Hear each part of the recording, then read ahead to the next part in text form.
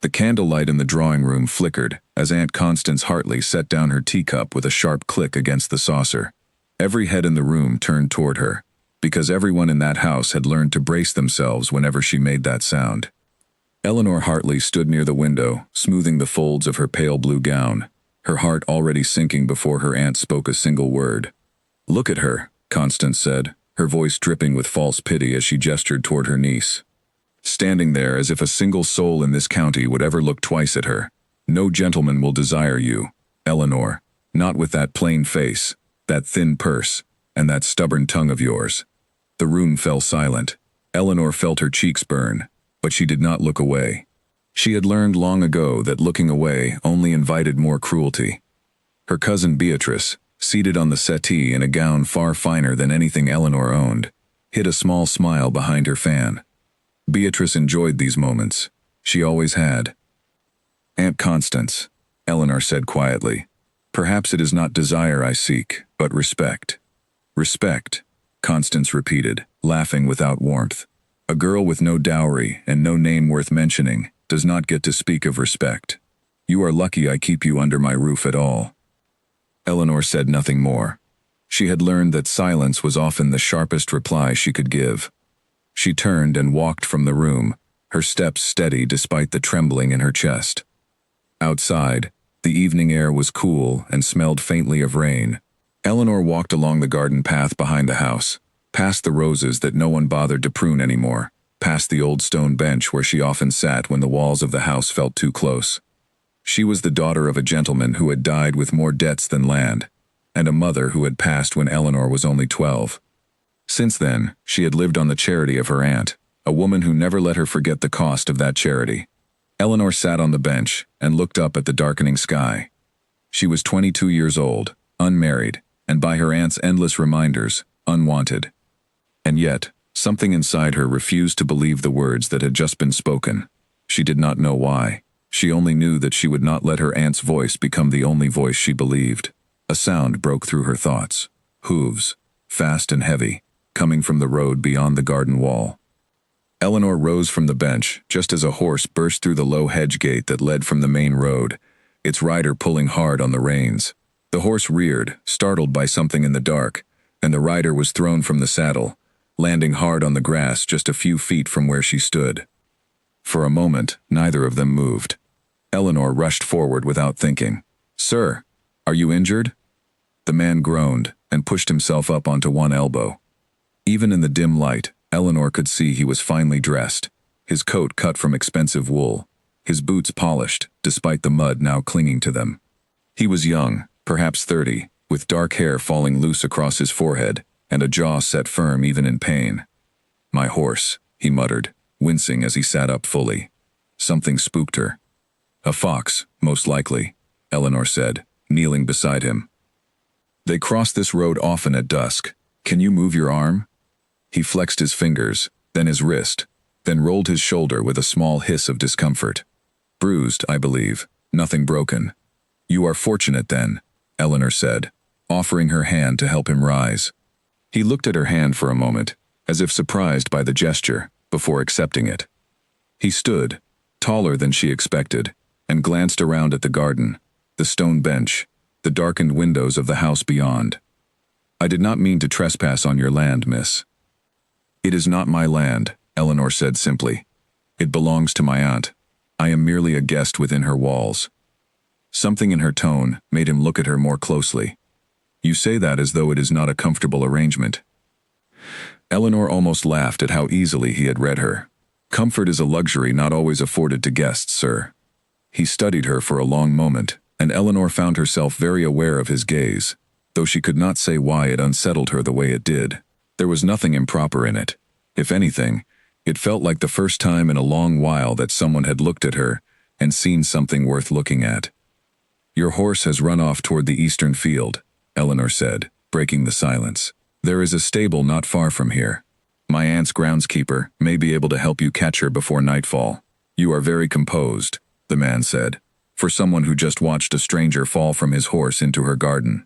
"I have had practice remaining composed," Eleanor said, before she could stop herself. He tilted his head slightly, curious. "That sounds like a story." It is not an interesting one, Eleanor said quickly, suddenly aware that she had said too much to a man whose name she did not even know. Come, the stable is this way. She led him through the garden and along the narrow path toward the stone stable at the edge of the property, where old Mr. Doyle kept the horses and tended the grounds. As they walked, the man introduced himself simply as Julian, offering no surname, no title, nothing beyond a single word that told her almost nothing about who he truly was. "And you?" he asked. "Eleanor," she said. "Eleanor Hartley." "Miss Hartley," he repeated, as though testing the sound of it. "Thank you for your help tonight."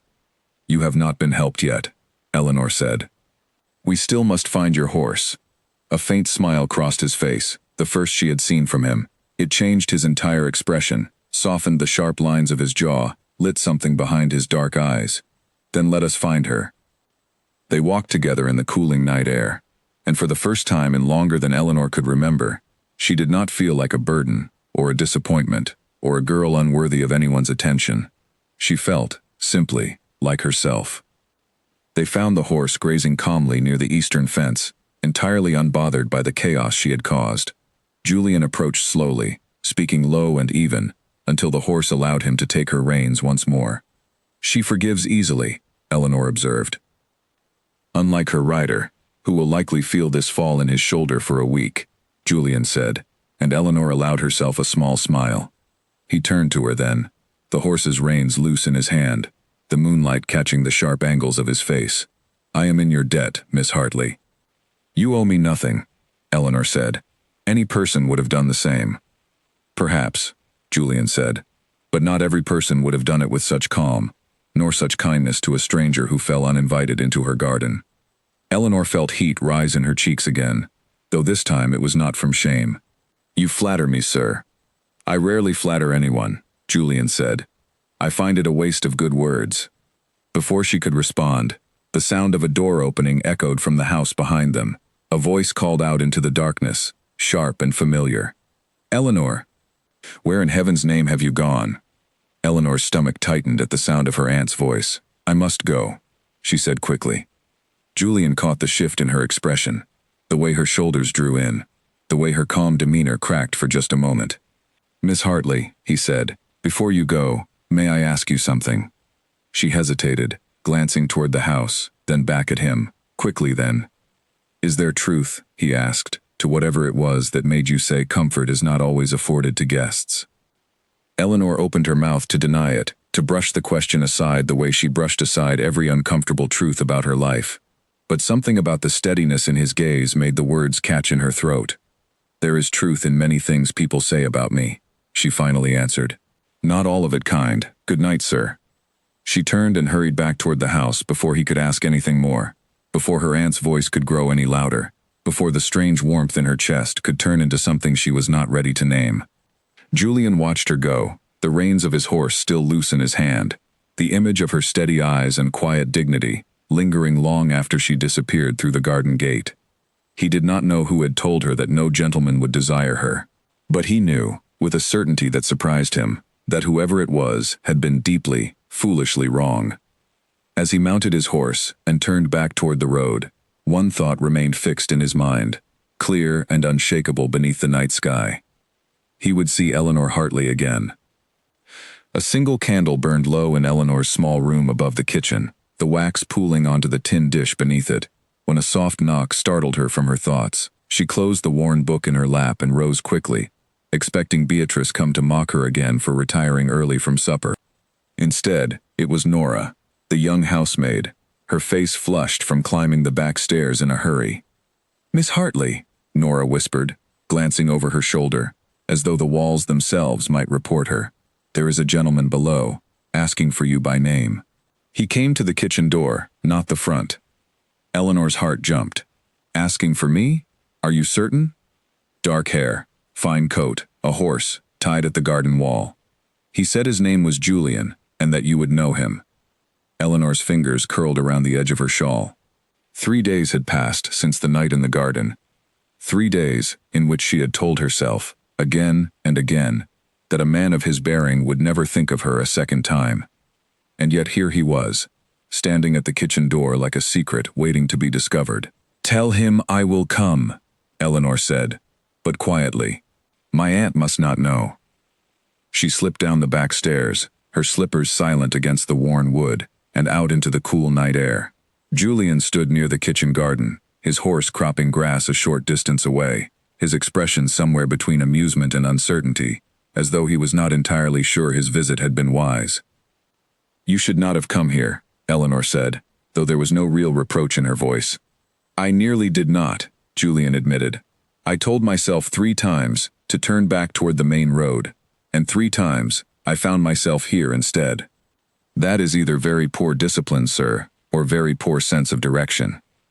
A low laugh escaped him, and Eleanor found herself smiling before she could stop it. "There is an assembly in the village on Friday," Julian said.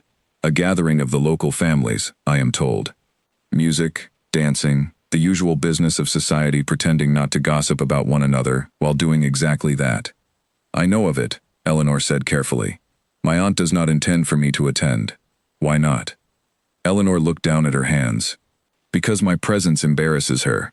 Because Beatrice requires the attention of every eligible gentleman in the room, and my aunt believes I take up space better used elsewhere." Julian's jaw tightened, though his voice remained even. "That seems a poor reason to keep someone from a simple evening of music." "It is her house," Eleanor said simply. "Her rules." "Then perhaps," Julian said, "you might find a way to attend regardless, as a favor to a man who would very much like the chance to speak with you, somewhere that is not a dark garden or a kitchen doorway." Eleanor studied him for a long moment. There was something reckless in the request, something that pulled at her despite every instinct telling her caution was wiser. "You ask a great deal of a woman you have known for 3 days." "I ask very little," Julian said. "Only the chance to prove that first impressions are sometimes correct and that some people are worth knowing better." Eleanor felt warmth rise in her chest, unfamiliar and startling in its intensity. "I will see what can be arranged," she said finally. "But you must promise me one thing." "Name it." "Do not seek me out so plainly again. If my aunt discovers you here, she will make my life far more difficult than it already is." Julian's expression sobered. "Then I will find quieter ways to reach you. But Miss Hartley, I do not intend to disappear simply because your aunt disapproves of my methods." He mounted his horse then, and with a final glance that lingered longer than propriety allowed, he rode off into the darkness, leaving Eleanor standing alone in the kitchen garden, with her heart racing in a way it had not raced in years. Friday arrived faster than Eleanor expected, and with it came the familiar chaos of preparing Beatrice for the assembly, while Eleanor herself was expected to remain quietly out of sight. Constance fussed over her daughter's gown, her hair, the particular shade of ribbon that would best draw the eye of Mr. Edmund Caro, a wealthy widower twice Eleanor's age who had recently taken an interest in the family, though whether his interest lay with Beatrice or with the family's financial troubles, no one dared say aloud. "You will stay behind tonight," Constance told Eleanor, as she adjusted Beatrice's pearl combs.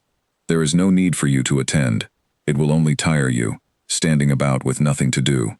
Eleanor said nothing, though the words stung in the same familiar way they always did. She had learned that arguing only invited longer punishments. Instead, she waited until the carriage had rolled away down the drive, until the house had settled into its evening quiet, and then she changed into the one gown she owned that was fit for an assembly, a simple pale green dress that had once belonged to her mother, and slipped out through the servants' entrance with Nora's help. The walk to the village hall took nearly half an hour, but Eleanor did not mind the distance.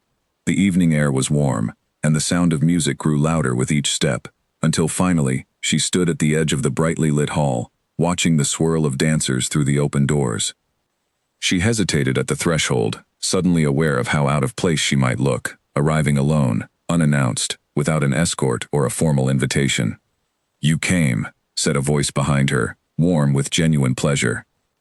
Eleanor turned to find Julian standing there, dressed in a fine dark coat that made him look every bit the gentleman she suspected he truly was, though she still did not know his full name or his standing in the world. "I said I would try," Eleanor replied. "I did not promise success." "And yet here you are," Julian said, offering his arm, "successfully." She hesitated only a moment before accepting, and together they entered the hall, drawing more than a few curious glances as they moved toward the edge of the dance floor. "Everyone is staring," Eleanor murmured.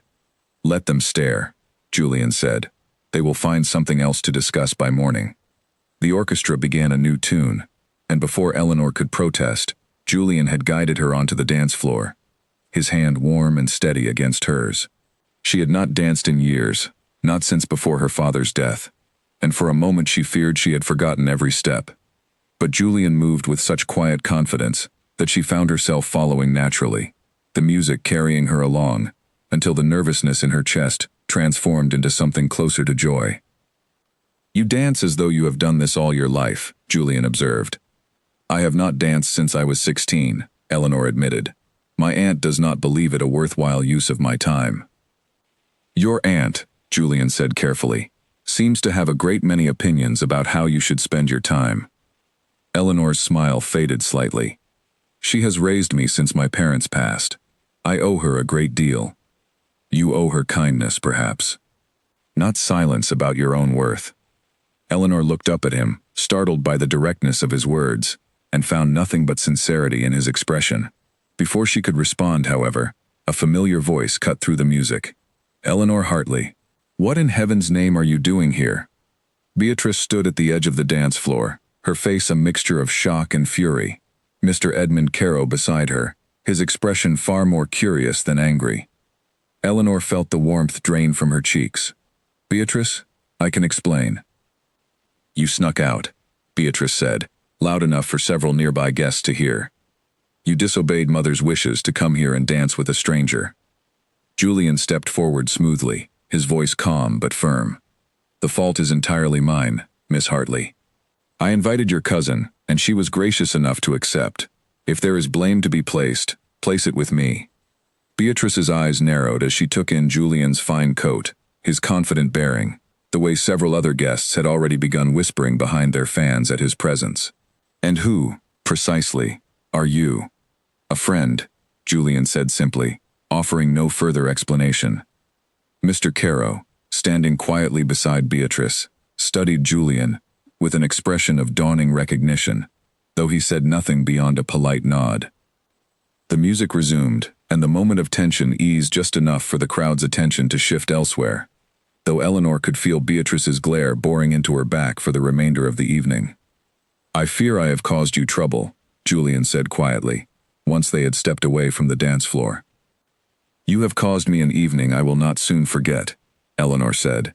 "Whether that counts as trouble depends entirely on what my aunt says when I return home." "Then let me walk you back," Julian offered. "At least as far as the road." Eleanor hesitated, glancing toward the hall where Beatrice still stood watching them with narrowed eyes, before nodding. They slipped out into the cool night air together, the sound of music fading behind them with each step. "Julian," Eleanor said finally, as they walked along the quiet road, "you never told me your surname, nor your occupation, nor anything, really, about who you are." "Would it change how you see me," Julian asked, "if I told you?" Eleanor considered the question carefully. "I do not know, but I find myself wanting to know regardless."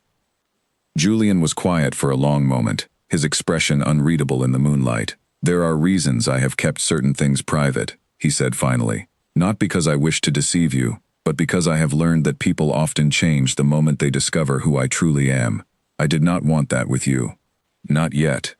Eleanor felt a flicker of unease at his words, though she pushed it aside. "You speak as though you carry some great secret."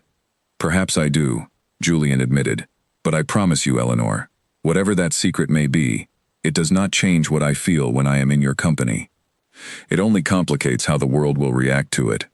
They reached the edge of the garden wall, the house dark and silent beyond it, and Eleanor turned to face him, her curiosity warring with caution. "Someday," she said, "you will have to tell me."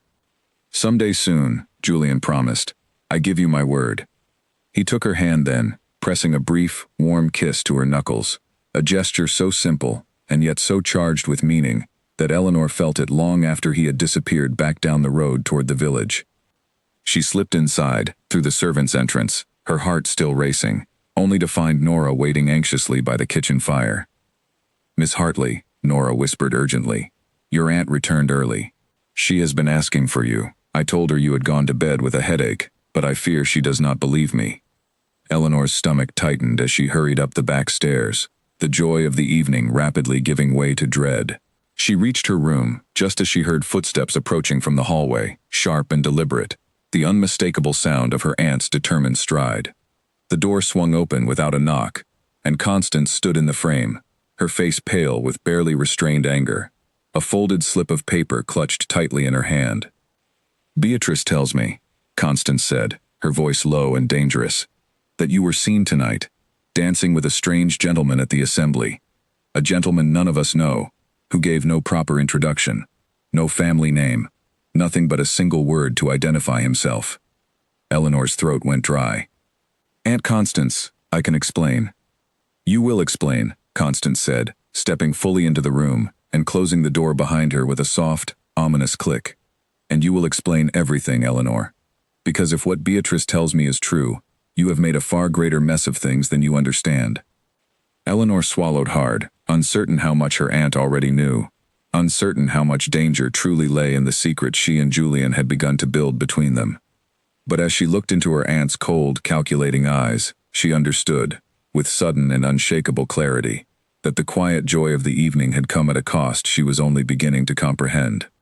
Somewhere beyond the garden wall, Julian rode back toward the manor house that awaited him, unaware that the woman he had just begun to court was, at that very moment, standing at the center of a storm that would soon reach far beyond her aunt's small, cruel kingdom.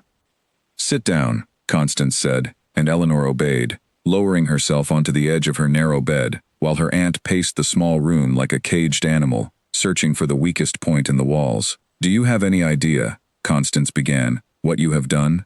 Dancing with a strange man in front of half the village, no introduction, no family name, nothing but rumors already spreading like fire through dry grass.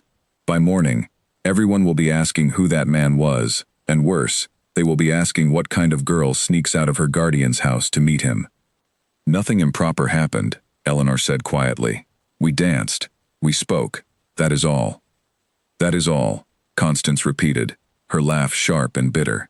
"Eleanor, you do not understand how quickly a reputation can be destroyed. One evening, one dance, one whisper in the wrong ear, and no respectable family will ever consider you again." "No respectable family considers me now," Eleanor said, the words slipping out before she could stop them.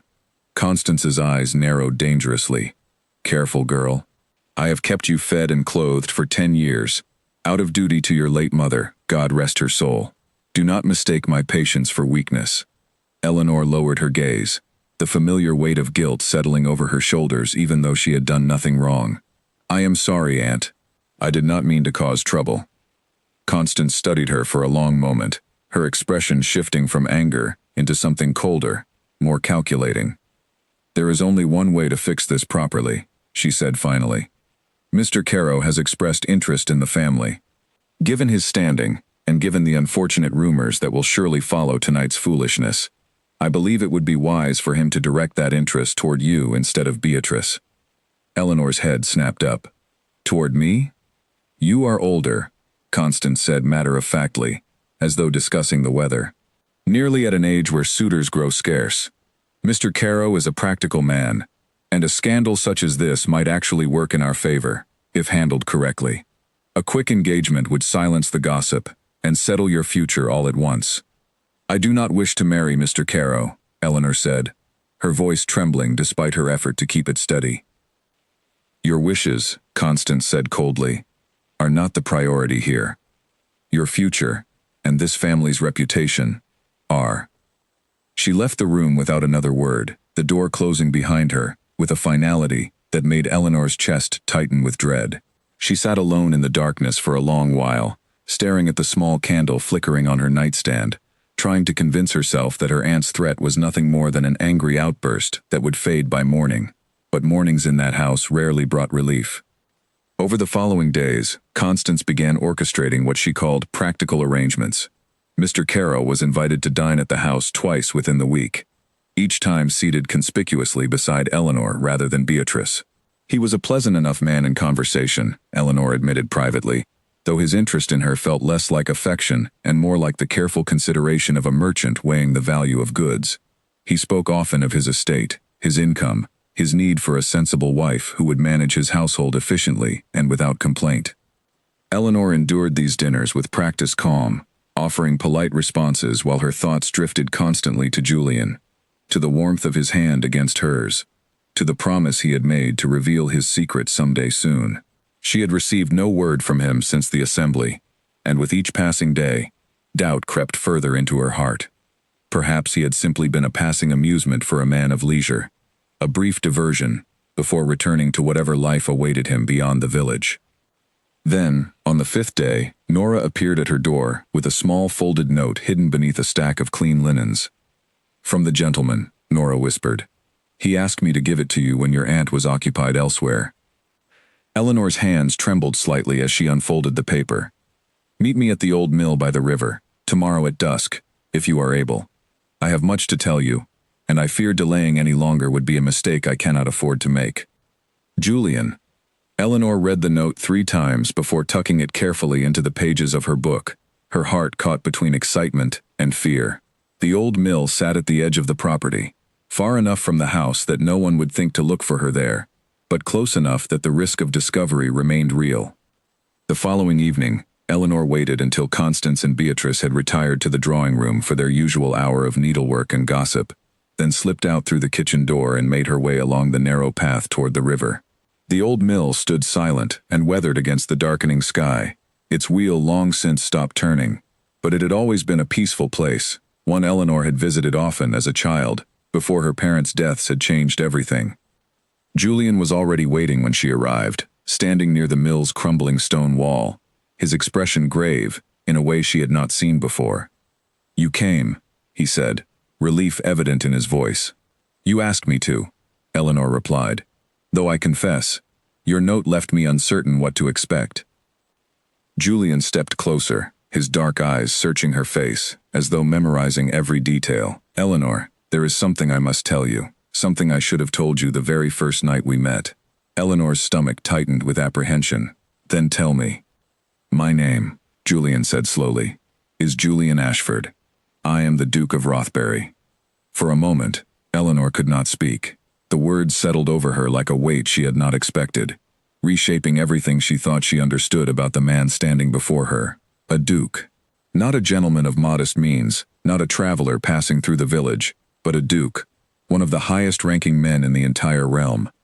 "You are a duke," she repeated slowly, testing the word as though it might change its meaning if spoken aloud. "I am," Julian confirmed. "And I understand if this changes how you see me. I understand if it frightens you, or angers you, that I kept such a thing hidden." "Why did you hide it?" Eleanor asked, her voice quiet but firm. Julian sighed, running a hand through his dark hair. "Because the moment people learn my title, everything changes. Suddenly I am no longer a man they wish to know, but a prize they wish to win, or a threat they wish to avoid. I wanted, just once, to be seen simply as myself. And you, Eleanor, you looked at me that first night in your garden, without a trace of calculation in your eyes. I did not want to lose that." Eleanor absorbed his words slowly, understanding the weight behind them even as new fears began to surface in their place. "Your family," she said carefully. "Surely they have expectations for who you should marry. A duke does not simply choose a woman with no fortune, no title, no family name worth mentioning." Julian's expression darkened slightly. "My mother, the Dowager Duchess, has indeed made her preferences known. She favors a match with Lady Josephine Vane, a woman of considerable fortune and impeccable lineage. It would be, by every practical measure, an advantageous alliance." "Then perhaps that is the match you should pursue," Eleanor said, though the words tasted bitter even as she spoke them. "Eleanor," Julian said, stepping closer, "I have met Lady Josephine on several occasions. She is accomplished, certainly, beautiful, by most standards, and utterly uninterested in anything beyond what our union might grant her socially. I have spent years surrounded by people who see only my title, who calculate my worth in land and income rather than character. You are the first person in a long while who has made me feel like more than the sum of my inheritance." Eleanor felt tears prick at the corners of her eyes, though she blinked them back quickly. "This is a dangerous path you are suggesting, Julian. My aunt already speaks of marrying me to Mr. Caro to silence the rumors your visit created. If she, or anyone else, learns that a duke has taken an interest in me, the consequences could be severe, for both of us. I am aware of the risks, Julian said. But I did not come here tonight simply to reveal my title. I came to ask whether you would allow me to continue courting you properly, in whatever secret way circumstances demand, until such time as I can address my mother directly and secure a future where we need not hide at all. Eleanor searched his face for any sign of deception, any hint that his words were merely the practiced charm of a man accustomed to getting what he wanted. She found none, only sincerity, and something deeper, something that made her chest ache with a longing she had not allowed herself to feel in years. You are asking me to risk everything, she said softly, on the promise of a future that may never come. I am asking you to trust me, Julian corrected gently. I know that is a great deal to ask of someone who has been let down by so many people who claim to care for her welfare. But I promise you, Eleanor, I do not make promises lightly. Eleanor closed her eyes for a long moment, weighing the danger against the quiet certainty growing steadily within her heart. When she opened them again, she found Julian watching her with a patience that steadied her more than any words could have. Very well, she said finally. I will trust you. But we must be careful, Julian. My aunt is not a woman who forgives easily, and if she discovers this before you are ready to speak with your mother, I fear what she might do. Then we will be careful, Julian promised. I will find ways to see you that do not draw attention. And I will not let anything happen to you, Eleanor. That, I swear. They lingered by the old mill a while longer, speaking in low voices about small, ordinary things. The kind of conversation that had nothing to do with titles or fortunes or the watchful eyes of society, until the darkening sky finally forced them to part ways. Eleanor returned to the house just as the last candle in the drawing room was extinguished, slipping up the back stairs unnoticed, her mind and heart both racing with everything she had just learned. But her relief was short-lived. The following morning, as Eleanor descended for breakfast, she found Beatrice waiting at the bottom of the stairs, arms crossed, an expression of triumphant malice spread across her face. You have been sneaking out again, Beatrice said, her voice low but sharp. I saw you last night, Eleanor, slipping through the kitchen door like a common servant girl. Do not bother denying it. Eleanor's stomach dropped. Beatrice, please, whatever you think you saw. I think, Beatrice interrupted, that you have been meeting that man again, the one from the assembly. And I intend to find out exactly who he is, Eleanor, whether you tell me willingly or not. Eleanor's mind raced, searching desperately for some way to protect the fragile secret she and Julian had only just begun to build, knowing all the while that Beatrice's jealousy and ambition made her a far more dangerous adversary than their aunt had ever been. You will say nothing to my mother, Beatrice continued, her voice dropping into something colder, more calculating, until I decide it benefits me to speak. Consider this fair warning, Eleanor. Your secret is no longer entirely your own. She swept past Eleanor and into the dining room, leaving Eleanor standing frozen at the bottom of the stairs, the weight of Beatrice's threat settling over her like a shadow she could not shake. Whatever fragile happiness she had found with Julian, she understood now, was no longer safe from the watchful, hungry eyes of the very family meant to protect her. The invitation arrived on a Tuesday morning, delivered by a footman in fine livery, who bowed low at the front door, before presenting the sealed envelope to Constance herself. The wax seal bore an emblem Eleanor did not recognize, pressed into deep crimson wax, and the moment Constance broke it open and read the contents, her expression shifted from curiosity to stunned disbelief. We have been invited, Constance announced, her voice trembling with barely contained excitement, to a ball at Rothbury Hall, hosted by the Dowager Duchess herself, in honor of her son's upcoming birthday. Beatrice snatched the invitation from her mother's hands, scanning the elegant script with wide eyes. The Duke of Rothbury, Mother, this is extraordinary. How did we come to receive such an invitation? I have not the slightest idea, Constance admitted, though her tone suggested she did not particularly care about the reason, only the opportunity it presented. Perhaps Mr. Caro has connections we were unaware of. Regardless, we must prepare immediately. New gowns, new gloves, everything must be perfect. Eleanor stood quietly near the window, her heart pounding as she realized, with sudden clarity, exactly why the invitation had arrived.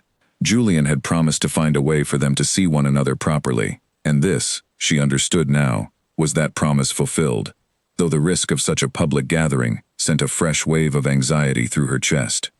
"Eleanor?" Constance said, turning toward her with an expression Eleanor had rarely seen directed her way, something almost approaching warmth. "You will attend as well. It would be improper to leave you behind from such an important event, and besides, a gathering of this size may finally present suitable prospects for your future."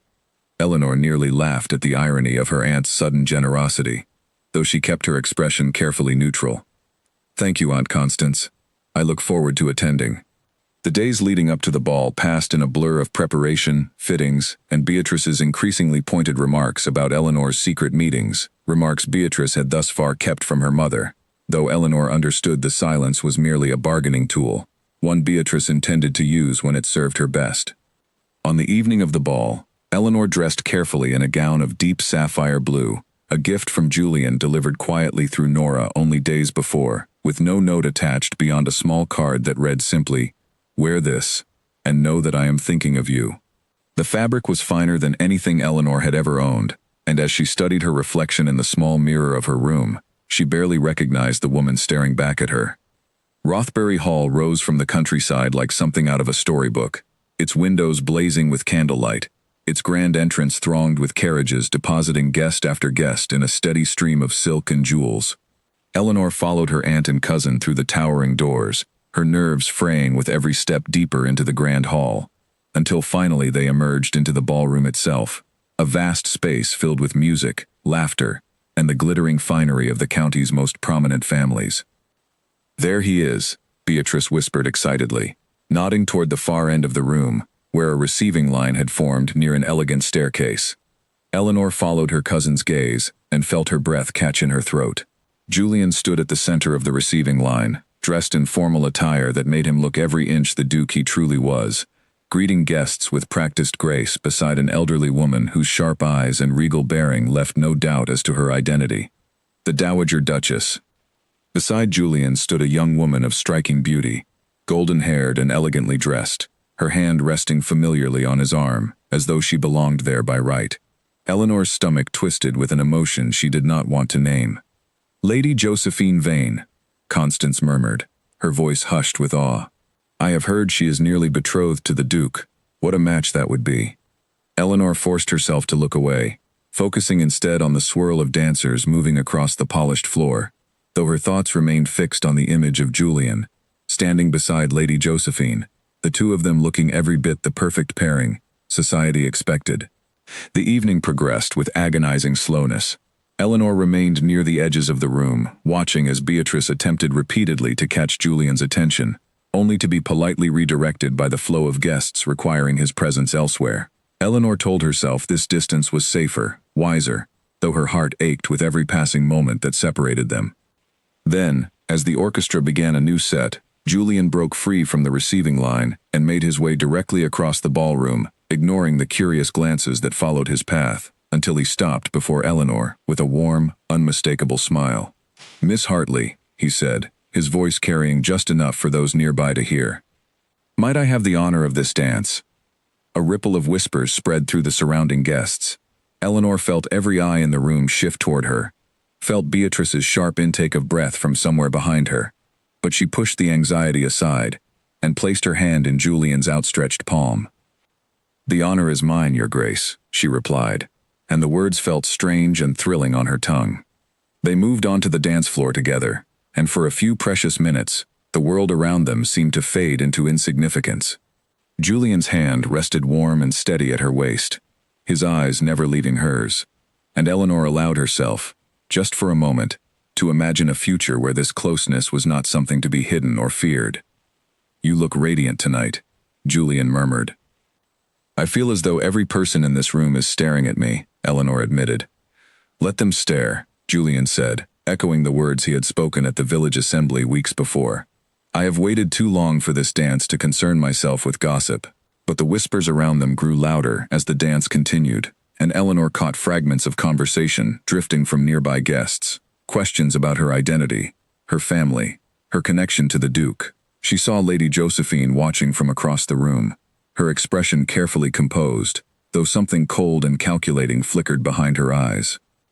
When the dance ended, Julian escorted Eleanor toward the edge of the room, only for the Dowager Duchess herself to approach, her sharp gaze sweeping over Eleanor with unmistakable scrutiny. "Julian," the Duchess said, her voice cool and measured, "you have not introduced me to your dance partner." "Mother," Julian said, his tone carefully respectful, "this is Miss Eleanor Hartley." The Duchess studied Eleanor for a long moment, taking in her gown, her bearing, the careful composure Eleanor maintained, despite the storm of anxiety churning beneath the surface. "Hartley," the Duchess repeated. "I do not believe I am familiar with that family. My father was a gentleman of modest means," Eleanor said carefully. "He passed some years ago, along with my mother. I have lived under my aunt's care since." Something in the Duchess's expression shifted, though whether toward disapproval or simple assessment, Eleanor could not tell. "I see," the Duchess said finally. "Julian, might I speak with you privately for a moment?" Julian glanced at Eleanor, a flicker of apology crossing his features, before following his mother a short distance away, leaving Eleanor standing alone amid the swirl of curious onlookers. It was in that moment of vulnerability that Beatrice appeared at her side, her expression a mixture of fury and desperate ambition. "You knew," Beatrice hissed. "You knew he was a duke this entire time, and you said nothing. All those secret meetings, all those lies, and you let me believe he was simply some passing stranger." "Beatrice, please, not here," Eleanor pleaded, aware of the guests within earshot. "Everyone will know soon enough," Beatrice said, loud enough now that several heads turned their direction. Eleanor Hartley, sneaking out at night to meet the Duke of Rothbury in secret, hiding it from her own family. What will people think, Eleanor, when they learn the truth? A hush fell over the nearby guests, and Eleanor felt the full weight of every judgmental gaze settling upon her. Across the room, she saw Constance's face drain of color, saw Lady Josephine's lips curve into a small, satisfied smile, saw the beginnings of a scandal taking shape in real time before the entire gathered assembly. Julian returned, just as Beatrice's words finished echoing through the room, his expression darkening with concern as he took in the scene before him. "What is happening here?" "Your Grace," Beatrice said, her voice suddenly sweet and performative. "I simply thought you should know the truth about my cousin's character, given how closely you have chosen to associate with her." Julian's jaw tightened, and when he spoke, his voice carried a quiet authority that silenced the murmuring crowd almost instantly. "Miss Hartley has done nothing improper. Any secrecy surrounding our acquaintance was my doing, not hers, for reasons that concerned my own family's expectations, rather than any impropriety on her part." The crowd's whispers shifted, though Eleanor could feel the damage already spreading, the seeds of scandal already taking root in the minds of those gathered. She caught sight of the Dowager Duchess watching the scene with an unreadable expression, and dread settled deep in her chest as she realized the delicate future Julian had hoped to build for them had just been irrevocably altered by her own cousin's jealousy.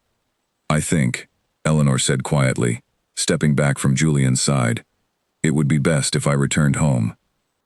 "Eleanor, wait." But she was already moving through the crowd, her cheeks burning with humiliation, the whispers following her every step toward the grand entrance, where Constance and Beatrice hurried to catch up.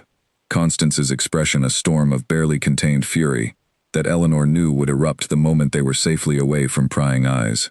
Behind her, she heard Julian call her name once more, but she did not turn back, could not bear to see the concern and confusion on his face, knowing that whatever fragile future they had begun to build together, now hung by the thinnest of threads, threatened not only by society's judgment, but by the very family meant to protect her. The carriage ride home passed in tense silence, broken only by Constance's occasional sharp intake of breath, and Eleanor understood, with a heavy certainty, that the true confrontation was still to come. The moment the carriage door closed behind them at home, Constance rounded on Eleanor with a fury that had been building since the moment Beatrice's words had echoed through the ballroom. "A duke," Constance said, her voice shaking with barely controlled rage. "You have been secretly courting a duke, and you said nothing to me. Do you understand what you have done, Eleanor? Do you understand what this means for this family?" "I did not seek him out for advantage," Eleanor said quietly. "It happened by chance, and I did not know how to tell you without risking everything he had asked me to keep private." "You risked everything regardless," Constance snapped. "Do you think society will look kindly on a girl who hides secret meetings with a man so far above her station? They will not call it romance, Eleanor. They will call it scheming. They will call it exactly what Beatrice accused you of tonight, and no amount of explanation will undo the damage already done." Beatrice, seated across the carriage with her arms crossed tightly over her chest, said nothing, though the satisfaction in her eyes was impossible to miss. Whatever guilt she might have felt for exposing Eleanor so publicly, it was clearly outweighed by some deeper satisfaction at having finally struck a blow against a cousin she had resented for years. By the time they arrived home, Constance had worked herself into a state of near panic, pacing the length of the drawing room, while muttering about ruined reputations and impossible futures. Eleanor retreated to her room without another word, her heart heavy with the knowledge that whatever consequences awaited her, they had only just begun. News of the scandal spread through the county with astonishing speed. By the following afternoon, Nora returned from an errand in the village with wide eyes and a flushed face, reporting that half the shopkeepers had already heard whispered versions of the story, each more exaggerated than the last. Some claimed Eleanor had schemed for months to trap the Duke into marriage. Others suggested far worse, insinuations about impropriety that made Eleanor's stomach turn with disgust and helpless anger. Mr. Caro arrived at the house 2 days later, his expression grim as he sat across from Constance in the drawing room. Eleanor summoned to join them, though she suspected, from the moment she entered, that her presence was merely a formality. "I have heard the rumors," Caro said without preamble, his gaze flicking briefly toward Eleanor before returning to Constance. "I confess, I am uncertain how to proceed. A connection to scandal, however unintentional, reflects poorly on any household I might join through marriage." "Mr. Caro," Constance said quickly, her voice taking on the same desperate, placating tone Eleanor had heard her use with creditors in years past. "I assure you, my niece's involvement in this matter was entirely innocent. She was, if anything, taken advantage of by a man far above her station, a man who ought to have known better than to entangle a respectable young woman in such circumstances." Eleanor bit back the urge to correct her aunt's version of events, understanding that any protest on Julian's behalf would only worsen her own position. She sat silently, her hands folded tightly in her lap, while Caro considered Constance's words with visible skepticism. "Regardless of fault," Caro said finally, "I find myself reconsidering certain arrangements we had discussed previously. I hope you understand, Mrs. Hartley, that a man in my position cannot afford to align himself with controversy, however unfairly it may have arisen." The message was clear enough, and Constance's face paled visibly as the weight of his words settled over the room. Without Caro's interest, and without any explanation for the family's connection to the Duke of Rothbury, beyond a scandal that painted Eleanor in an unflattering light, their financial and social prospects had grown considerably bleaker. After Caro departed, Constance turned on Eleanor, with an expression of such cold fury, that Eleanor instinctively took a step back. "Do you see what you have cost this family? Do you understand, finally, the consequences of your recklessness?" "I did not create the scandal, Aunt. Beatrice did, by exposing what should have remained private." "Beatrice acted out of hurt and confusion," Constance snapped, though even she seemed to recognize the weakness of the defense. "You are the one who kept secrets. You are the one who invited a duke into circumstances no respectable young woman should have entertained. This is your doing, Eleanor, whatever excuses you wish to make for yourself." Eleanor said nothing further, understanding that no argument would sway her aunt's mind once it had settled on a particular narrative. She retreated once more to her room, though this time, the isolation felt less like punishment and more like refuge from a house that had grown increasingly hostile toward her presence. Meanwhile, at Rothbury Hall, Julian found himself facing a different but equally difficult confrontation. The Dowager Duchess summoned him to her private study the morning after the ball, her expression grave as she gestured for him to take a seat across from her ornate writing desk. "I have heard troubling things," she began, "about your involvement with Miss Hartley. Sneaking about in secret, courting her without my knowledge, allowing a scandal to unfold in my own ballroom, in front of half the county's most influential families." "Mother, the scandal was not of my making," Julian said firmly. "Miss Hartley's cousin chose to expose our acquaintance out of jealousy, nothing more." Regardless of the cause, the Duchess said, the damage remains the same. Julian, you are the Duke of Rothbury. Your choices reflect not only upon yourself, but upon this entire family, upon centuries of reputation and standing that cannot be undone by a single moment of romantic impulsiveness. I do not consider my feelings for Eleanor to be mere impulsiveness, Julian said, his voice steady despite the tension building in his chest. The Duchess studied him for a long moment, her sharp eyes softening slightly, though her resolve did not waver. I understand that you believe your feelings to be genuine, but Julian, you have a duty to this family, to this title, that extends beyond your personal desires. Lady Josephine Vane comes from a family of impeccable standing, with connections that would strengthen our position considerably. Miss Hartley, whatever her personal qualities, brings nothing to this union, beyond scandal and uncertainty. She brings honesty, Julian said. She brings kindness and strength of character that I have found in precious few of the women I have met in society. I will not abandon her simply because her circumstances are less advantageous than Lady Josephine's. The Duchess sighed, rising from her desk to stand near the window overlooking the vast gardens beyond. I am not asking you to abandon her cruelly, Julian. I am asking you to consider the practical realities of your position. A duke cannot simply follow his heart without regard for consequence. If you continue this pursuit, you must be prepared for the possibility that certain doors, certain opportunities, may close as a result.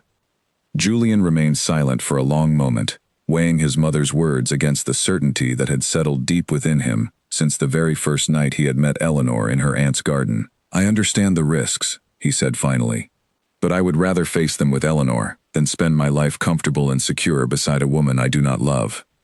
The Duchess's expression remained unreadable, though something in her posture suggested a grudging respect for her son's conviction, even as her concerns remained unaddressed.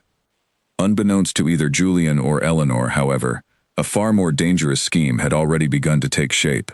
Lady Josephine Vane, humiliated by the public display of Julian's affection for another woman, had retreated from the ball that evening with a cold, calculating fury that soon transformed into a carefully orchestrated plan for revenge.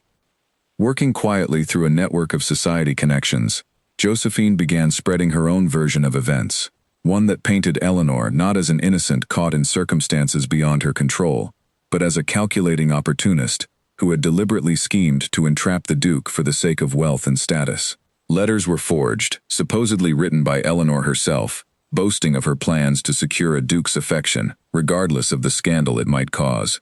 These letters, carefully crafted to mimic Eleanor's handwriting through a bribed servant who had once worked briefly in the Hartley household, began circulating quietly among the county's most influential families. Within a week, the rumors had shifted dangerously. No longer was Eleanor viewed as an unfortunate young woman, caught in an unexpected romance, but as a scheming, dishonest opportunist who could not be trusted. Invitations that might once have extended to the Hartley household dried up entirely. Whispers followed Eleanor whenever she dared venture into the village, and even Nora reported that some of the other servants had begun treating her with a coldness that bordered on hostility, having heard the same poisonous rumors from friends employed in other households. Eleanor felt the walls of her world closing in with each passing day, though she remained largely unaware of the true source of the escalating scandal. She wrote to Julian twice during this period, brief notes delivered through Nora's careful discretion, though no response came, and Eleanor began to fear the worst, that perhaps Julian's mother had succeeded in convincing him to abandon their fragile connection entirely. In truth, Julian had written to Eleanor multiple times, each letter intercepted before it could reach her, though not by Constance or Beatrice, but by a servant within Julian's own household who had been quietly bribed by Lady Josephine to ensure no correspondence passed successfully between the two. The isolation deepened Eleanor's despair, and by the time Constance approached her nearly 2 weeks after the ball with a grim, determined expression, Eleanor had little strength left to resist whatever new demand her aunt intended to make. I have received word, Constance said, settling into the chair across from Eleanor, with an air of finality, from a distant cousin of your late father's, a Mrs. Whitfield, who resides in the northern counties. She has agreed to take you in, given the circumstances here have become untenable. Eleanor's stomach dropped. You wish to send me away. I wish to salvage what remains of this family's reputation, Constance corrected sharply. The scandal surrounding you has grown far beyond anything I anticipated, Eleanor. Beatrice's prospects are suffering. My own social standing has been damaged. I cannot allow this to continue unchecked. And what of the Duke? Eleanor asked quietly. Does his opinion not matter, given that he was as much a part of this as I was? The Duke, Constance said coldly, has made no effort to defend you publicly since the night of the ball. Whatever affection he claimed to feel appears to have faded considerably once the true difficulty of the situation became apparent. I suggest you accept the reality of your circumstances, Eleanor, rather than clinging to hopes that have already proven false. Eleanor felt tears sting her eyes, though she refused to let them fall in her aunt's presence. She did not yet understand the full extent of Josephine's manipulation, the intercepted letters, the forged correspondence spreading through society. But she understood enough to recognize that whatever happiness she had briefly found with Julian now seemed impossibly out of reach. "When am I to leave?" Eleanor asked, her voice barely above a whisper. "The carriage will arrive within the week," Constance said. "It is for the best, Eleanor. In time, you will understand that this arrangement offers you a chance at a quiet, respectable life, far from the scandal that has followed you here." Eleanor said nothing further, retreating once more to the solitude of her room, where she sat by the window long into the evening, watching the road that led toward the village, toward Rothbury Hall, toward a future that seemed, with each passing hour, to slip further and further beyond her grasp. She did not know, as she sat there in the gathering darkness, that Julian himself had begun to suspect something was deeply wrong, that his letters had gone unanswered, for reasons far more sinister than simple indifference, and that the truth behind the scandal engulfing them both was about to come to light, in a manner neither of them could have anticipated. Julian stood at the window of his study, staring out at the darkened gardens below, a stack of unanswered correspondence spread across his desk behind him. 3 weeks had passed since the ball, 3 weeks of silence from Eleanor that gnawed at him with growing unease. He had written to her 4 times, poured his frustration and longing into every letter, and yet no reply had come. A sharp knock at the door pulled him from his thoughts. His closest friend and estate manager, Frederick Lowell, entered without waiting for permission, his expression tight, with barely restrained urgency. "Julian, I believe I have found something you need to see." Julian turned, his stomach tightening at the grave look on his friend's face. "What is it?" Frederick crossed the room and placed a small stack of letters on the desk, each one addressed in Julian's own handwriting, each one still sealed. "I found these in the possession of one of the footmen, hidden among his personal belongings." He confessed, after some pressure, that he had been paid to intercept any correspondence addressed to Miss Hartley before it could be sent. Julian's blood ran cold. Paid by whom? Frederick hesitated, clearly reluctant to deliver the next piece of information. Lady Josephine Vane. The room seemed to tilt slightly around Julian, as the full weight of the revelation settled over him. "She intercepted my letters. All this time, Eleanor has believed I abandoned her, while Josephine ensured my words never reached her at all." "There is more," Frederick said grimly. The footman also admitted that Lady Josephine orchestrated a campaign of forged letters, supposedly written by Miss Hartley, boasting of her intentions to trap you into marriage for the sake of wealth and status. These letters have been circulating through society for nearly 2 weeks now, Julian. The scandal surrounding Miss Hartley has grown far worse than either of us realized. Julian's hands clenched into fists at his sides, fury and guilt warring within him in equal measure. "I must go to her immediately. I must explain, before this deception causes any further damage." "Julian, wait," Frederick said, placing a steadying hand on his friend's shoulder. "There is something else you should know. I made inquiries this afternoon, discreetly, at the Hartley household. A carriage has been arranged. Miss Hartley is to be sent away tomorrow morning, to a distant relative in the northern counties." Julian felt his heart seize with dread. "Tomorrow?" "That is what I was told," Frederick confirmed. "Her aunt believes the arrangement will salvage what remains of the family's reputation." Julian's mind raced through the implications, the distance involved, the timing, the near impossibility of reaching Eleanor before the carriage departed, if he waited even a single hour longer. The northern counties lay nearly a full day's hard ride from Rothbury Hall, and if the carriage left at first light, as Frederick's information suggested, there would be no opportunity to intercept it along the road once it had begun its journey. I must reach her tonight, Julian said, already moving toward the door.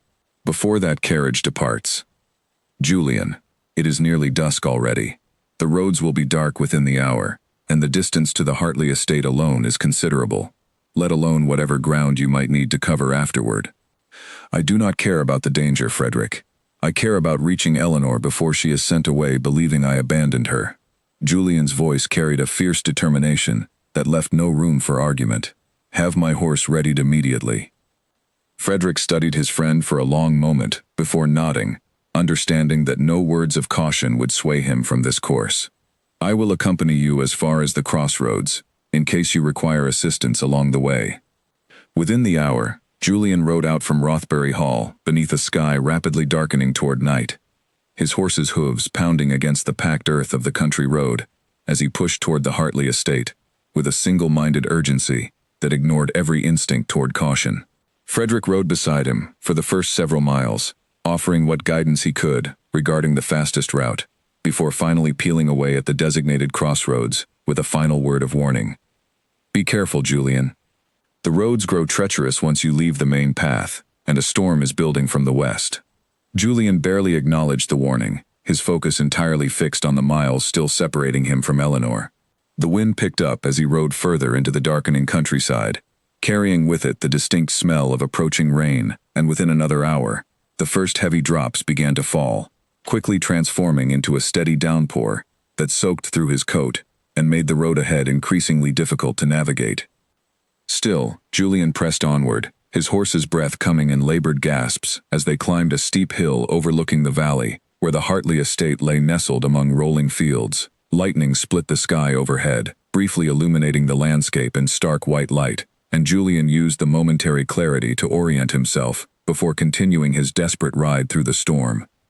The horse stumbled once on the slick, muddy road, nearly throwing Julian from the saddle, but he steadied himself and pressed forward, driven by a fear far greater than any physical danger the storm presented. If he arrived too late, if Eleanor's carriage had already departed by the time he reached the estate, he did not know how he would ever find her again, lost somewhere in the vast distances of the northern counties, believing herself abandoned by the very man who had promised to fight for their future together.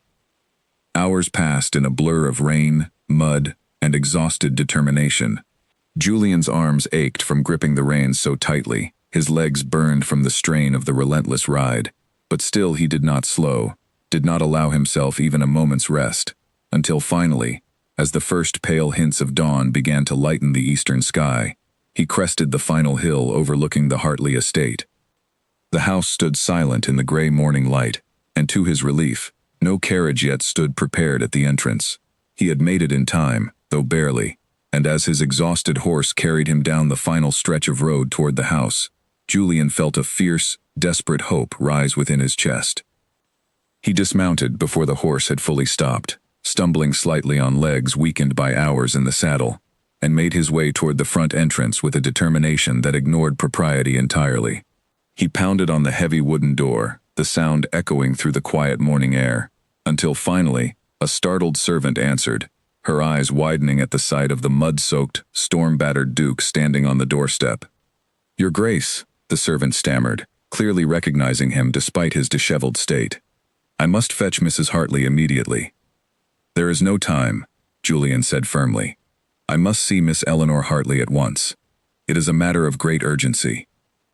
Before the servant could respond, footsteps sounded from within the house, and Constance appeared in the entryway, her expression shifting rapidly from confusion to alarm as she took in Julian's exhausted, rain-drenched appearance. "Your Grace," Constance said, her voice caught between shock and wariness. "What in heaven's name has brought you here at such an hour, in such a state?" "I have come," Julian said, his voice steady despite his exhaustion, "to speak with Eleanor before she is sent away. I have learned the truth behind the scandal that has damaged her reputation, and I intend to see it corrected immediately." Constance's face paled slightly, though her composure remained fixed. "Your Grace, I fear you are too late. The situation has already progressed beyond simple correction. Eleanor's carriage departs within the hour." "Then I have arrived precisely in time," Julian said. "Please, Mrs. Hartley, I beg you, allow me to speak with her." What I have to say will change everything you believe about the circumstances that led to this decision."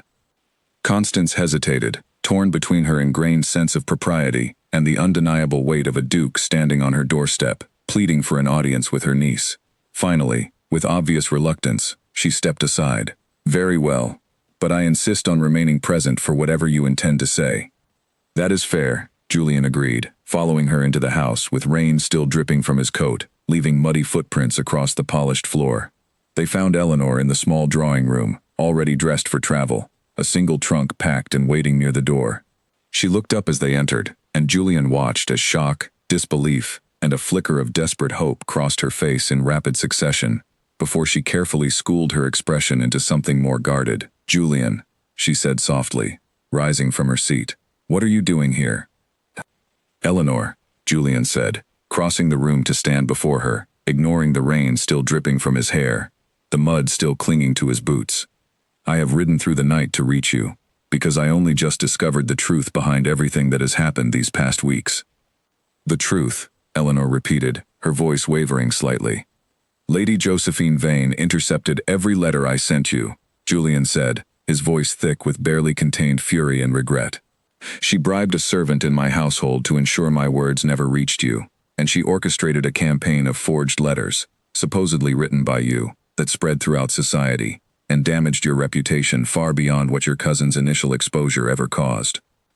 Eleanor's eyes widened, the careful composure she had maintained finally cracking beneath the weight of this revelation. "Forged letters? I wrote nothing of the sort." "I know," Julian said gently. "I know that now, and I intend to see the truth made public, whatever the cost to my own family's connections with the Vane household. But Eleanor, I could not let you leave believing I had abandoned you, believing that my silence these past weeks meant anything other than a deception designed to keep us apart." Tears filled Eleanor's eyes, and this time, she did not attempt to hold them back. "I thought you had changed your mind. I thought your mother had convinced you that I was not worth the trouble I had caused." "Nothing could be further from the truth," Julian said, reaching for her hands and holding them tightly within his own. "I have ridden through storm and darkness to reach you before that carriage could take you away, because I refused to let anyone, my mother, Lady Josephine, or your own aunt, decide my future for me. I choose you, Eleanor. I have chosen you since the very first night I fell from my horse into your garden."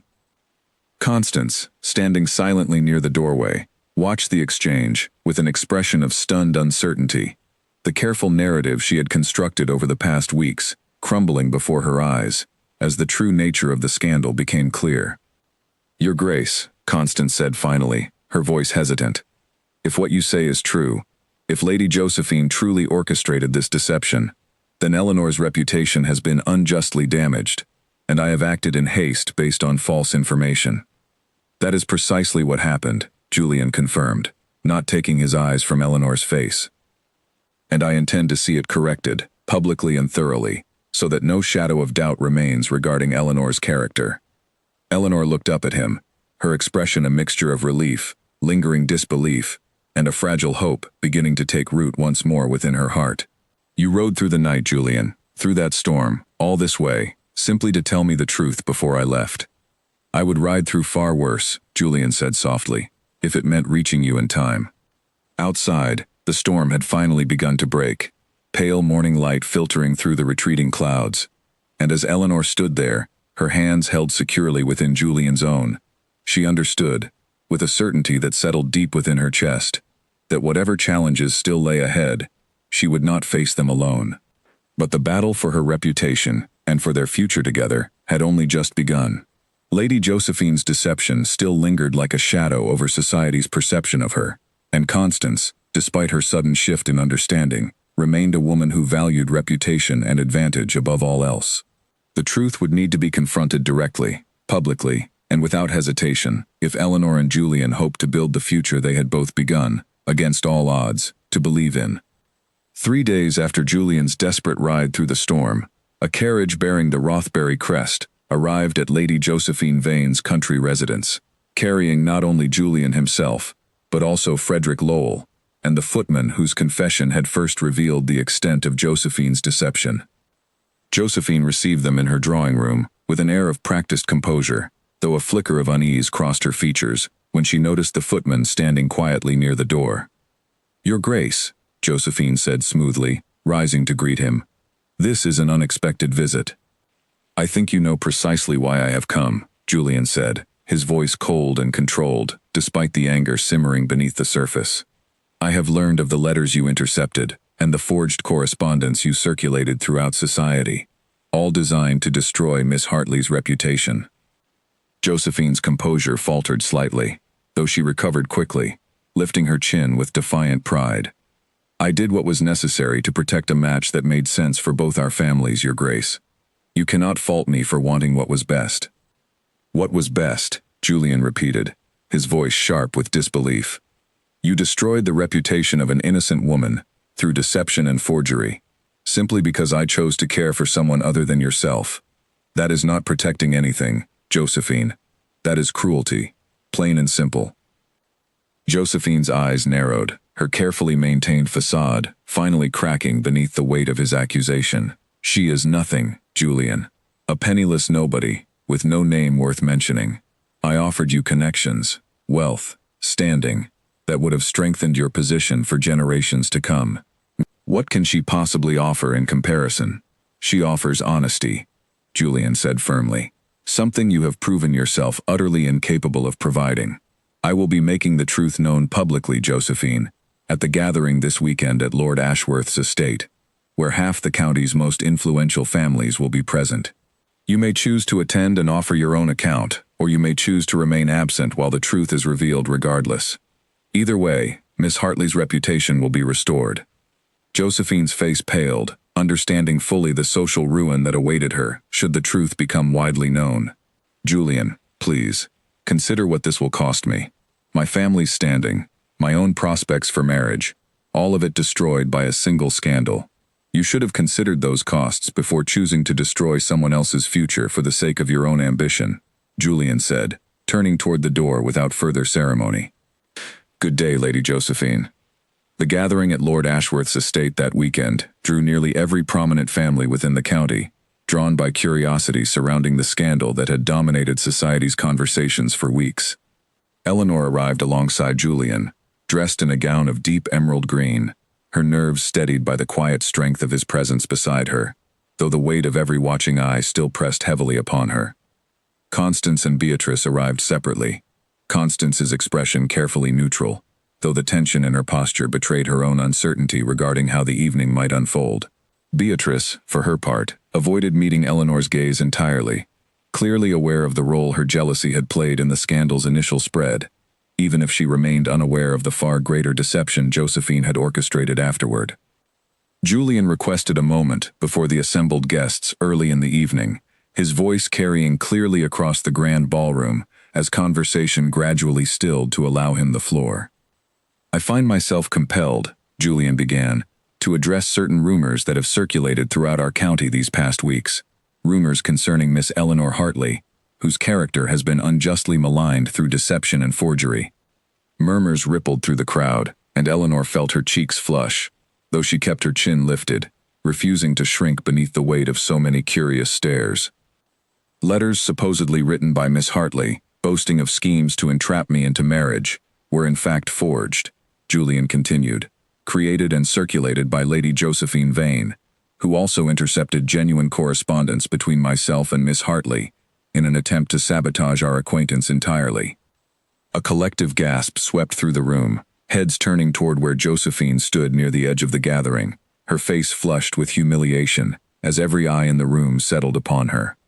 "I have witnesses to confirm this account," Julian continued, gesturing toward Frederick and the footman standing quietly nearby. "And I trust that those gathered here tonight will recognize the truth for what it is, rather than continuing to entertain baseless rumors that have caused Miss Hartley considerable and undeserved suffering." Josephine, realizing the futility of denial before such a public accusation, turned and fled the ballroom without a word, her hurried departure only confirming the truth of Julian's claims in the eyes of the assembled guests. The murmurs shifted quickly from scandal to sympathy, several guests approaching Eleanor throughout the remainder of the evening to offer quiet apologies for the assumptions they had made based on the false rumors. Eleanor accepted each apology with grace, though the true weight lifting from her shoulders came not from society's shifting opinion, but from the knowledge that Julian had fought so fiercely to defend her honor. Later that evening, as the gathering began to wind down, Constance approached Eleanor in a quiet corner of the ballroom, her expression uncharacteristically hesitant.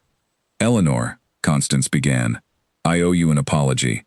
I acted rashly, believing the rumors without seeking the truth first. I was so concerned with protecting this family's reputation that I failed to consider whether the accusations against you held any merit at all." Eleanor studied her aunt for a long moment, weighing years of harsh words and constant belittlement against this rare, unexpected admission of fault. "You called me undesirable, Aunt Constance. You told me no gentleman would ever want me, in front of the entire household, without a moment's hesitation." Constance's expression flickered with something that might have been genuine shame. "I said many things I should not have said, born from my own frustrations and fears about our family's precarious position. That does not excuse the cruelty of those words, Eleanor, but I hope, in time, you might find it in yourself to forgive me." "I do not know if forgiveness comes so easily," Eleanor said honestly. "But I no longer need your approval to know my own worth, Aunt Constance. I have learned that lesson through far harder means than I would have wished." Constance nodded slowly, accepting the boundary Eleanor had drawn without further argument, before retreating quietly to rejoin Beatrice near the refreshment table. Julian appeared at Eleanor's side moments later, his expression soft with concern. "Are you well?" "I am better than well," Eleanor said, allowing herself a small, genuine smile. "For the first time in longer than I can remember, I feel as though the truth of who I am has finally been seen clearly, by everyone, including myself." Julian took her hand gently, his eyes searching hers with an intensity that made her breath catch. "Eleanor, I have spent these past weeks fighting to protect your reputation, to ensure the world saw you as clearly as I have seen you since the very first night we met. But there is something more I wish to ask you, something I have wanted to ask since long before tonight's events unfolded." Eleanor's heart began to race as Julian lowered himself onto one knee before her, ignoring the curious glances of the few remaining guests still lingering nearby. "Eleanor Hartley," Julian said, his voice steady, despite the vulnerability evident in his expression.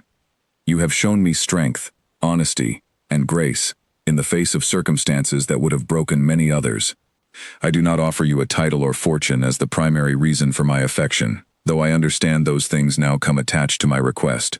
I offer you my heart, freely and completely, and I ask whether you might consider spending your life beside me, as my wife and my duchess." Tears filled Eleanor's eyes as she looked down at him, the memory of her aunt's cruel words from months ago echoing distantly in her mind, no longer holding any power over the certainty now blooming within her chest. "Yes," Eleanor said, her voice thick with emotion. "Yes, Julian, I will marry you." The small gathering of remaining guests broke into spontaneous applause as Julian rose and pulled Eleanor into a warm, tender embrace, the weeks of fear, uncertainty, and deception finally giving way to a future neither of them had dared to fully imagine until this very moment. Across the room, Constance watched the scene unfold, with an expression caught between disbelief and reluctant pride, understanding that the niece she had so often dismissed had found, against every obstacle placed before her, a happiness entirely of her own making. The bells of the village church rang out across the valley on a bright autumn morning, 6 months after Julian's desperate ride through the storm, calling together a crowd far larger than the small congregation usually gathered for Sunday services. Word of the wedding between the Duke of Rothbury and Miss Eleanor Hartley had spread throughout the county for weeks, and curious onlookers lined the road leading to the church, eager for a glimpse of the couple whose story had captured the imagination of everyone who had heard even a fragment of it. Inside the small stone church, Eleanor stood before a tall mirror in the vestry, her hands trembling slightly, as Nora fastened the final buttons along the back of her ivory gown. The dress had been commissioned specially, from a seamstress in London, delicate lace layered over silk, nothing like the borrowed and mended gowns Eleanor had worn throughout most of her life, and yet somehow it felt entirely fitting, a reflection of the woman she had become, rather than a costume she was merely wearing. "You look beautiful, Miss Hartley," Nora said, her eyes bright with unshed tears. "I have never seen a bride so deserving of her happiness." "Thank you, Nora," Eleanor said softly. "I could not have reached this day without your quiet courage these past months. You risked a great deal, carrying messages between Julian and myself when discovery could have cost you your position." Nora smiled warmly.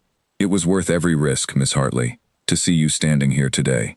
A soft knock sounded at the vestry door, and Constance entered, dressed in a fine gown of deep burgundy, her expression softer than Eleanor had seen in years. Since the night of the confrontation at Lord Ashworth's estate, something had shifted between them, not into the warm affection of a truly loving family, but into something quieter, more respectful, a fragile peace built upon honest acknowledgement of past wrongs. "Eleanor," Constance said, her voice carrying genuine warmth, "you look every bit the Duchess you are about to become." "Thank you, Aunt Constance," Eleanor replied. "I am glad you came." "I would not have missed this for anything," Constance said, stepping closer to adjust a small stray curl near Eleanor's temple, a gesture so unexpectedly tender that Eleanor felt her throat tighten with emotion. "I know I have not always been the guardian you deserved, Eleanor. But I hope, in some small way, I might still be permitted to take pride in the woman you have become, despite my own failings along the way." Eleanor reached out and squeezed her aunt's hand gently. "I believe there is room enough in my heart for that, Aunt Constance."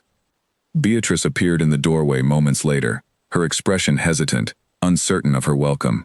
The months since the scandal had humbled her considerably, particularly after society learned the full truth of her role in exposing Eleanor's secret meetings out of simple jealousy, a truth that had cost Beatrice several promising connections of her own. "Eleanor," Beatrice said quietly, "I know I have no right to ask for your forgiveness, given everything I did to hurt you, but I wanted to say, truly, that I am sorry, and that I hope you find every happiness you deserve today." Eleanor studied her cousin for a long moment, remembering years of small cruelties and competitive jealousy that had defined much of their relationship growing up. But standing there now, in the quiet vulnerability of the moment, Eleanor found she no longer wished to carry the weight of old resentments into this new chapter of her life. "Thank you, Beatrice," Eleanor said simply. "I hope you find your own happiness as well, whatever form that may take." Beatrice's eyes filled with tears, and she nodded quickly before retreating to take her seat within the church, leaving Eleanor alone once more, with her thoughts, as the moment of the ceremony drew steadily closer. When the church doors finally opened and Eleanor stepped into the aisle, sunlight streaming through the tall windows to illuminate her path forward, she saw Julian waiting at the altar, his expression a mixture of nervous anticipation and unguarded joy that mirrored the emotions swelling within her own chest.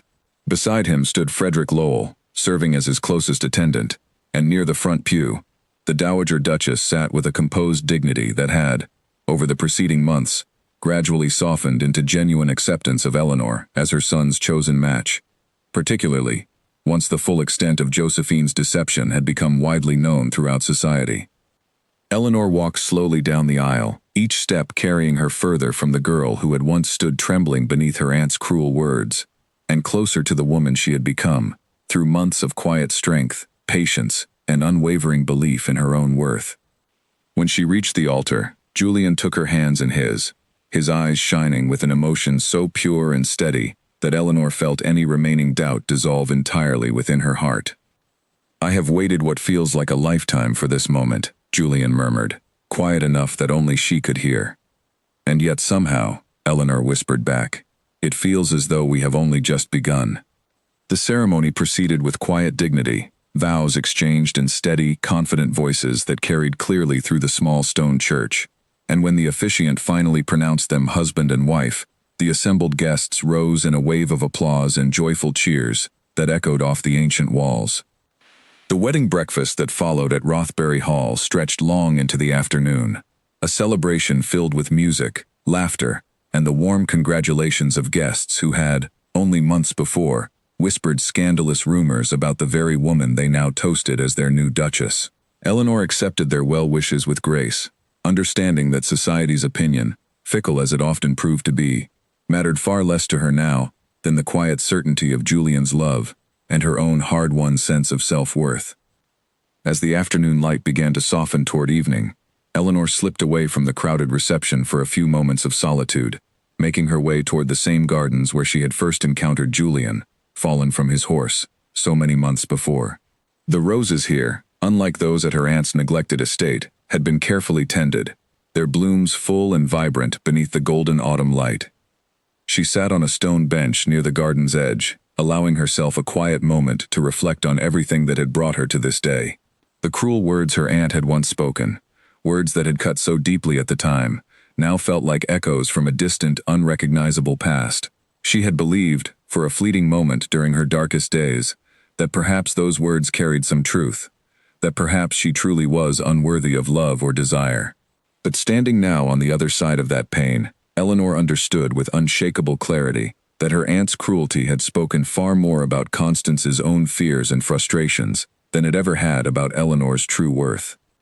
"There you are," Julian said, appearing at the garden's entrance with a warm smile, having clearly noticed her absence from the celebration. "I wondered if I might find you here." "I wanted a moment to remember where this all began," Eleanor said, making room for him beside her on the bench. Julian sat down, taking her hand gently in his own. "A fitting place, I think, to begin our life together as well." Eleanor leaned her head against his shoulder, watching the last golden light of the afternoon filter through the garden's carefully tended roses. "Do you know," she said softly, "I used to believe that a duke riding through the night to defend a woman's honor existed only within the pages of storybooks, the kind of impossible romance that had no place in the real world." "And now?" Julian asked, pressing a gentle kiss to the top of her head. "Now I understand," Eleanor said, "that sometimes the impossible simply requires someone brave enough to risk everything for it." They sat together in comfortable silence as the sun continued its slow descent toward the horizon, the sounds of celebration still drifting faintly from the hall behind them. A new chapter of Eleanor's life, beginning quietly, steadily, in the very garden where her story with Julian had first taken root. Years later, when young women within their acquaintance found themselves facing similar cruelty from unkind relatives or the harsh judgments of society, Eleanor made it her particular purpose to offer them quiet encouragement, reminding each of them gently that the opinions of those who sought to diminish their worth held far less power than the strength each woman carried within herself. She never forgot the sting of her aunt's cruel words, spoken so carelessly on an ordinary evening, that had, against every expectation, changed the entire course of her life. But she came to understand, with the wisdom that only hard-won happiness could provide, that those words had ultimately proven nothing more than the frightened, small-minded judgment of a woman who had never learned to see beyond narrow, conventional measures of worth. Eleanor Hartley, once dismissed as undesirable and unworthy, became not only a duchess beloved throughout her adopted county for her genuine kindness and quiet strength, but a woman entirely secure in the knowledge that her value had never depended on anyone else's approval at all. And on quiet evenings, when she and Julian walked together through the gardens of Rothbury Hall, past roses that bloomed brighter and fuller with each passing season, Eleanor often found herself smiling at the memory of a frightened young woman standing beneath her aunt's cruel judgment, wishing she could tell that girl, just once, that a duke was already riding toward her through the darkness, ready to prove every unkind word entirely, wonderfully wrong.